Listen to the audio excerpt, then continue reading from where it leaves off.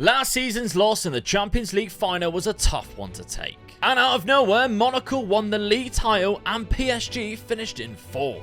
Sorry, what? They also beat us in the Coupe de France final too. My eyes are bleached. Welcome back to Youth to Gold. Our new board has put us in more debt than what we actually started with. How dare you? Richard Vincent scored 8 goals on his international debut for France. It was against San Marino, but still. PSG has a new manager. It's Jose Mourinho. I'm not feeling the pressure, no. You cannot put pressure on me. No chance. We had bids all summer for Cassou and Mendoza. But pre-season, the only player we actually saw was Illich for £15 million to Liverpool. And I brought in 2 players, including Argentinian number 10 Roland Martinez for £6 million and Arnold Levy for £11.75 million, aged just 17 at 6'2". This season started how last season ended, however, with Monaco beating us to trophies as they win the Trophy des Champions. And our first game of the season is PSG away, followed by Monaco as well.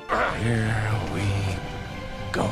Still using the 4-3-3 from last season, things started off very well when Rouvier's cross found Schuschnarr to make it 1-0. And even better just 2 minutes later when Scoufales was kept onside and slotted in the second against PSG. But it was Enrique Araujo's incredible looping header that kept it a point apiece at home to Monaco. But against Lille, we had to rely on our own 94th minute equaliser from Mateo Cassou. Many of you are commenting about getting him off pens, by the way, but there's only one person who takes a better pen, and Cassou has 20 composure. And that one person who's better is a brand new signing. Welcome, Inigo Cordoba, a fantastic young striker who I've got as a rotation option after his nearly £40 million move from Athletic Bilbao. Back to winning ways before the transfer window closed against Montpellier after a very difficult start. And one more transfer had been made. Richard Vincent has moved to Bayern Munich for £51 million.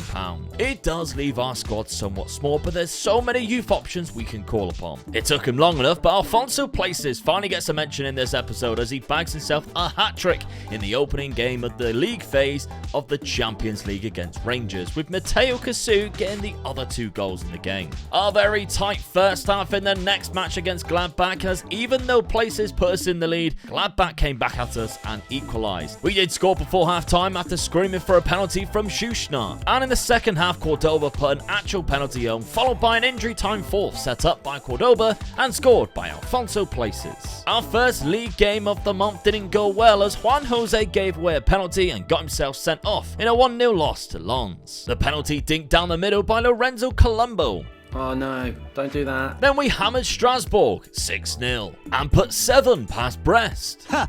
Giggity. Ending the month with a nice win against Nice. A game against our rivals Rennes, and Cassou is back on penalties. And he missed. Again. And Rennes took the lead on the hour mark through Amingori. But substitute hero Jesus Carrera scored in the 90th minute. And would you believe it, but in the 95th minute, he scored again. Unlucky.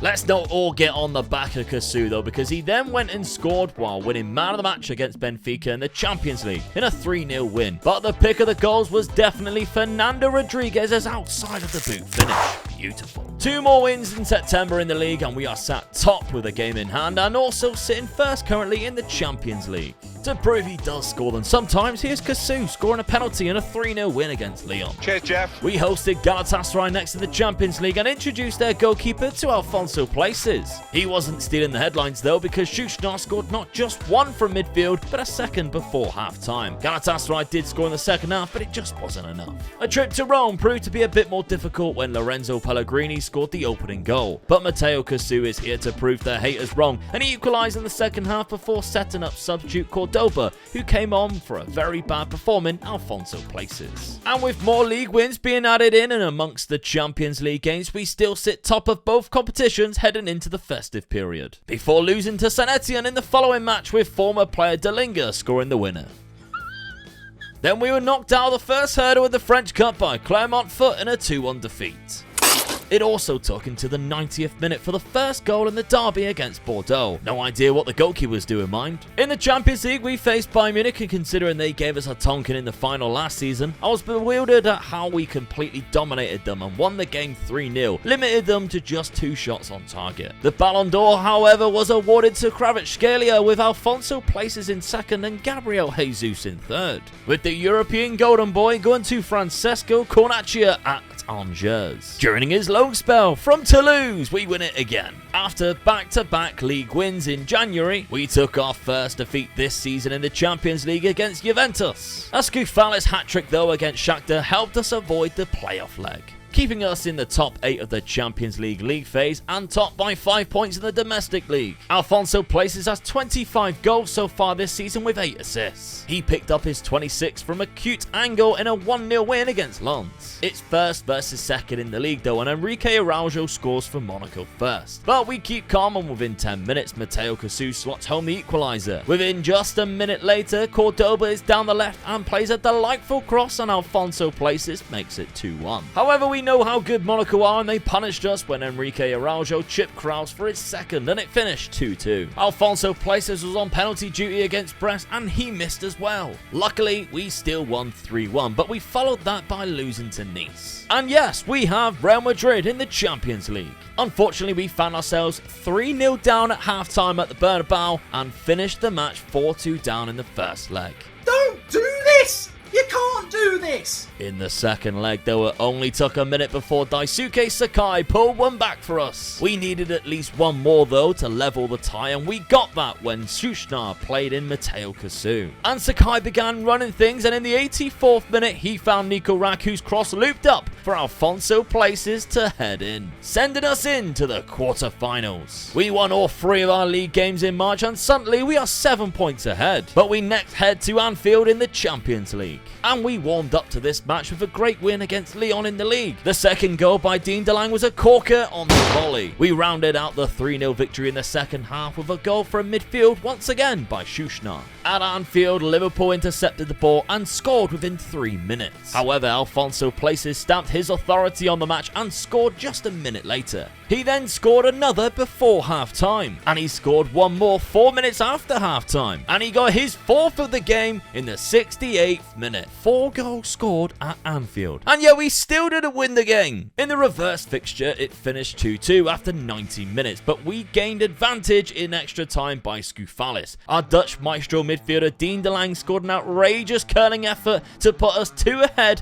and right before full-time whistle, we knocked Liverpool out the Champions League 9-6 on aggregate through Alphonso Places. The semi-finals were drawn, and we play Inter Milan in the semis with a chance to play the winners of Man United and PSG in the final. After a win against Reims, we then faced Rennes, and once again Kalamuendu scored against us on the stroke of half-time. Luckily, for about the 4th time today, Dean DeLange hit his long shot to secure a draw, and in turn secured us a 3rd league title in 4 years for Toulouse. It seems like nobody could keep up with us in the league this season. Very impressive goals tally from Mbappe though, who's found his mojo again by the looks of it. Ooh, how convenient. So let's focus on the Champions League. And in the first leg, again, the away leg, we take the lead just with a minute on the clock through Cassou. It took some time for Inter Milan to get into the game, but they did eventually score through Duranville's header.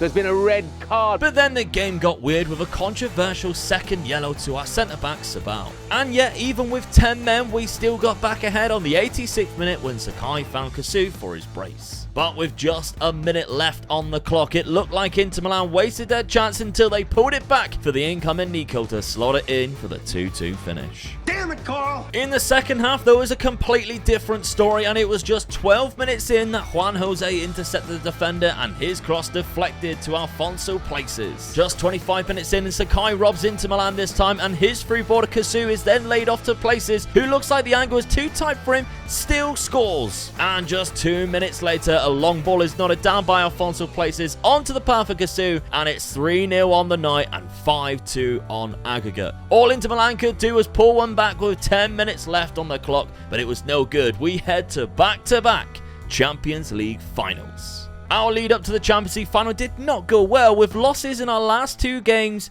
to our derby rivals Bordeaux and PSG. Guys, relax. Relax! So here we are, the final of the Champions League against Manchester United, and we are lining up very strong, still in our 4-3-3, pretty much with our first 11 all available. And what started this match off was the best Champions League final goal since Zidane against Leverkusen. Of course, from Dean DeLange. On the volley from Carabali's cross, beautifully executed. The first time volley from the edge of the area, looping down, he connects with the ball perfectly, and the keeper, probably not expecting it, stands absolutely no chance in stopping that. But of course, just for you guys, Cassou wanted to miss just one more penalty this season to boost those comments. And that miss could become costly when a long ball put Rashford through, and his cross found Hendrick to equalise on the 77th minute. However, a twist in the tale as Ruviers found Scouffalis at the back post was waiting substitute Cordoba. And in late injury time, United pushed everything forward, we countered, and Cordoba was quicker to the ball than the goalkeeper, knocking it past him and into the empty net, and Toulouse are your Champions League winners. It took 10 seasons, but Youth to Go proves it can take a relegation side to European champions. The hero of the final, of course, was Cordoba, scoring those 2 late winners. But I would be an idiot to ignore the real MVPs of this achievement, Alphonso Places, and of course his French strike partner, Matteo Cassou. But if you want to play this save game file with all these amazing players, you can do, as I'll be sticking this on the Patreon for the £5 tier, so you can continue this legacy, or just check out the save in general. I'll put a link to it in the description and pin it to the comments if you want to join up, or simply head to patreon.com/Omega Loop Gaming. So of course we won 3 league titles and 3 Coupe de France, and that 1 Champions League trophy. Thank you very much for all the support on Youth to Go. Make sure you are subscribed so you do not miss the next series, which will be starting very soon. See you then.